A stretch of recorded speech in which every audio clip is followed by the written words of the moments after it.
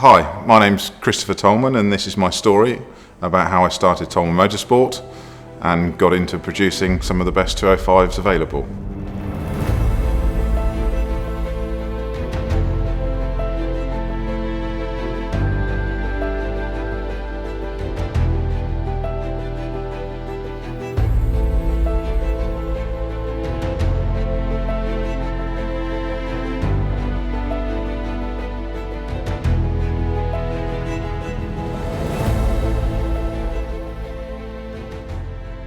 When I was a young kid in the very late 70s and early 80s, my father worked for a Peugeot Talbot dealership. He was a mechanic. I used to travel to work with him and spend weekends in the garage with him. During that time, there was a launch of the Peugeot 205, which was a very big thing for him. As a 7 or 8 year old, which I was at the time, I didn't really understand an awful lot of it other than his excitement. And one of his excitements was having a 205 Turbo 16 there on the launch night. Fast forward 40 years and I understand exactly why. But that's the thing that rooted me into cars to start with and sowed the seed with the Peugeot bug, really. I also got the bug for rallying at the same time because they did a trade show, the Great Dorset Steam Fair, because I grew up in Dorset in a tiny little village, and they had a replica of the Sunbeam Lotus driven by Henry Toivonen on the stand. Actually, I was too young to remember the car, but I had a sticker of the car on my bedroom door for as long as I can remember. Latterly, my father then moved jobs to a dealership that dealt with Ladas and Mazdas. But the gentleman that owned this was called Richard Guy. He'd actually worked at the competition factory for Roots Group, Peugeot Talbot as it is now, back in the late 50s and 60s. Was the engine builder for the London to Sydney Hunter, which was driven by Andrew Cowan, which won the London to Sydney race. So all of these things got me involved in rallying and motorsport, and I grew up around that. My father was an avid plane spotter, and with him in my ear and some other people which I now realise have become mentors within my life, they persuaded me to go for an apprenticeship in military aircraft engineering. So I did, and it was probably one of the best decisions I ever made because it enabled me to get such a wealth of knowledge far and above what I would have gained in a dealership or in a garage. I've never really wanted to work on road cars or be in a garage. It's always been about motor racing and rallying. So we did my apprenticeship.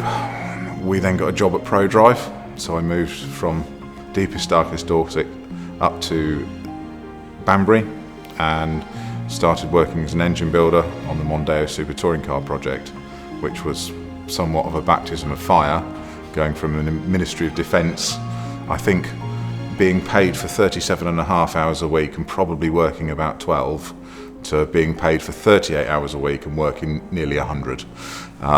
But it stood me in great stead. I learnt an immense amount in a very short period of time. From there, I then went to the Mitsubishi World Rally team, Rally Art Europe, based in Rugby, where I met a family of people that are the best in the industry, and without doubt, nearly everybody there has gone on to achieve great things. You only have to look at any major motorsport program or team globally, and there'll be a Mitsubishi guy in there somewhere. You know, the number one mechanic on Max Verstappen's car is an ex-Mitsubishi guy. The gentleman that's running the Peugeot Sport WEC program is an ex-Mitsubishi guy. You know, everybody around do great things. Unfortunately, during my time at Mitsubishi, I developed cancer just after my 30th birthday, and I ended up having nearly 2 years off work with some fairly serious bouts of chemotherapy and very ill. So when Mitsubishi came to a close at the end of 2007, I was only just out of chemotherapy for the second time and was having blood tests every week, and I thought, I'm unemployable. You know, you go for a job interview and, you know, how much time off sick have you had in the last 12 months? When did you last have a blood test? I wouldn't employ me. So I thought, right, this is the time to start my own business. I'd always wanted to do it. I was still nervous because I didn't think I had enough experience, but I was 31 years old by this point, 32 probably, and started Tolman Motorsport. I called it Tolman Motorsport because it's in my blood.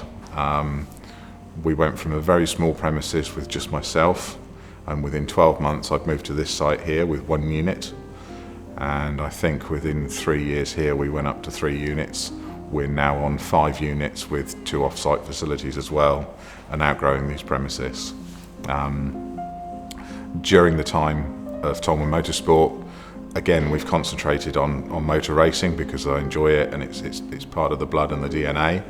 We did Ginetta G20s in the GT5 Challenge supporting British GT, and then in 2015 took the plunge to go into GT4 category of British GT. We got pole first time out. The lap record for that race, our first event, was only broken last year, and that was 2015.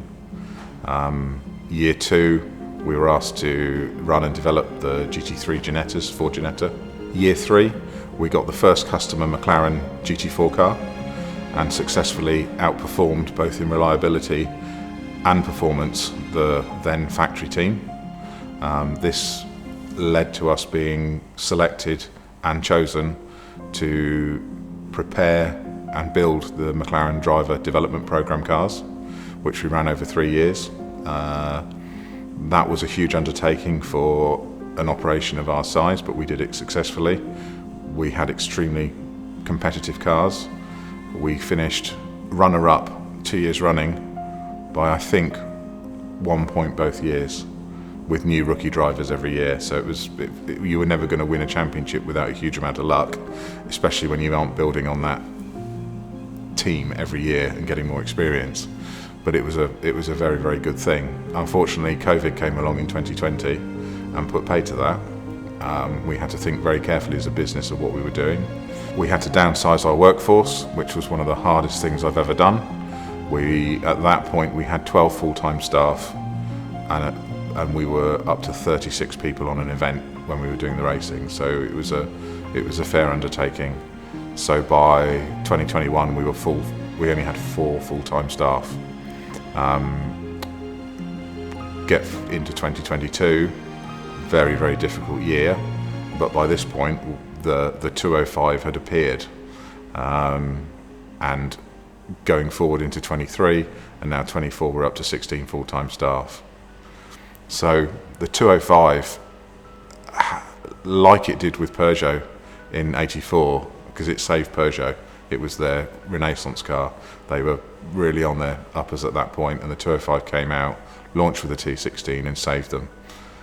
Pretty much did the same with Tolman. I've had a couple of 205 GTIs when I was in my early 20s, and I had a Sorrento Green 1.9, which was a rare and unusual car to see at the time. And I think somewhere in about 2016 I spotted one on eBay, bought it. Wasn't a 1900, but it was Sorrento Green, had the 1900 wheels on it, and bought it for a few £100, put it in a storage. When we got to 2018, we were running 3 McLarens in British GT along with other clients. The workshop was expanding, and we'd employed 3 new gentlemen to work on the classic side. My operations manager, Nick, and myself went to look at a Clio Williams that had been restored.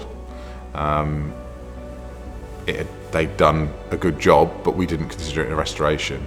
It was effectively an improvement to sell the car. So coming back from that, we had a discussion around the 205 and what would that look like? How could we do a restoration? Would it be commercially viable to take a 205, do something to our standards, and still make it usable? So that idea grew. We then used it as a training exercise for the 3 new guys so that they could strip, inspect, get used to all of our paperwork, all of our processes, to get them used to it. We then used the car in its part forms to tell people what we did as a business. We'd done, I think, 2 or 3 trade shows and made these stands that we thought looked really super cool and sleek, but nobody got what we did. Everybody thought we were a car sales company because we weren't operating like the normal restoration people. So in 2019 we took a stand at the NEC Classic Car Show where we had the Peugeot body shell freshly painted, a restored rear beam. I think we had a seat and an engine, all on a plinth. We took another resto mod car that we did, a Talbot Sunbeam, put that there, but put it up on stands, took a wheel off, took the bonnet off, took the doors off, so people could see what we do. And instantly people got it. In fact, one of the gentlemen I've been working with for 5 years in British GT, the race director, said, "Oh my God, Chris, I didn't realise you did these things as well." And he said, "I've got a car that's been sat there for 20 years, can you recommission it for me?" So that one event told people what we did. So from there we started building the car. Lockdown came, got a bit bored, thought I'll do that, put it back together, back to work, and then I thought, I love the cars, but with your rose-tinted spectacles that you have the older you get, you remember things, and you remember them being far better than they actually were. So I thought, they always used to stall. Every time you come to a set of traffic lights or dip the clutch, the engine would stall. So I thought, right, we're putting a modern engine management system on it. I wanted to hide the engine management. I didn't want people to know that it was changed. Anybody can just do throttle bodies and all those sorts of things. So I worked very hard to disguise the fact of what we'd done. And then I thought, you know what, it would be nice to have connectivity to your phone. So we got I was looking to have a radio made that would look like an old one but perform like a new one. And then Blaupunkt came out and did exactly that. So well, we'll have that. So we produced this car that was effectively a toy. A bit of our ethos that's gone into it, making it more modern. We come from a background of motorsport, and that's where our level starts. So when we've restored cars, we don't just use copper brake pipe, which would be the norm. We'd use stainless steel because we can have a better brake feel. So a lot of the componentry is slightly upped compared to what most things would be, but that's where we are. So we produced this car that was trying to be how you remember it. And I tend to use the analogies, it's like going to see your favourite band in concert live. You actually want them to play the songs that you know and you love. You don't want the lyrics changed, you don't want different guitar riffs. You just want it at 11 and in your face. And that's what we've tried to do with the Peugeot. So one of the other things I did before I even got into professional motorsport, apart from having 205s of my own, was that I built and ran a couple of stock hatch cars back in the late 90s. So I'd learned a lot about the dynamics and a lot about suspension, and with all of the experience gained over the last 17 years of Tolman Motorsport, we put all of that into it. So we tried to exceptionally hard to keep the car with its Peugeot DNA and do exactly what you want, but we just wanted to make it a little bit better. So you know, we've changed the roll centre slightly, we've changed the roll stiffness, we've tried to curb a little bit of the lift-off oversteer that can be quite aggressive in a 205. We've improved the braking because the expectation is better now than it was in the early 80s. And everything else is just that little bit nicer that you would expect from a hand-built car. So throughout 21, a few journalists were invited to drive the car, and all of a sudden everybody's really loving the car and going, "Oh my God, it's fantastic." I was like, "Oh, thank you very much. It's, you know, we like this." And then I forget when it was, but someone in 21, we had a request from Top Gear magazine for the car to go to Dunsfold for the Performance Car of the Year, and it came runner-up. And I couldn't believe it. I literally blown away. We had this request, "Oh, you need to be at Dunsfold for 7:30 on Monday." Okay. So we took the car there. It had done 100 miles, I think. It was new. They did the shots of it. Then Ollie Marriage, the journalist, took the car out, and like an expectant father, when he came back in after a few laps, said, "You know, how is it? Is everything okay?" He went, "Oh yeah, it's fantastic, absolutely brilliant." So, oh, that's good. And there was Bentley rocking up, and Maserati and Ferrari and all these people, and there's my little 205. So I was pretty stunned, and then for it to come runner-up was just amazing. And Top Gear christened it a Tolman 205, which I found very strange, but our PR people and marketing guys sort of ran with it and said, "Come on then, we need to get a spec for this, what is it, how is it going to work?" So we looked at the figures, we created a bill of materials from doing the restoration. we'd improved the car significantly over the next sort of 7 or 8 months.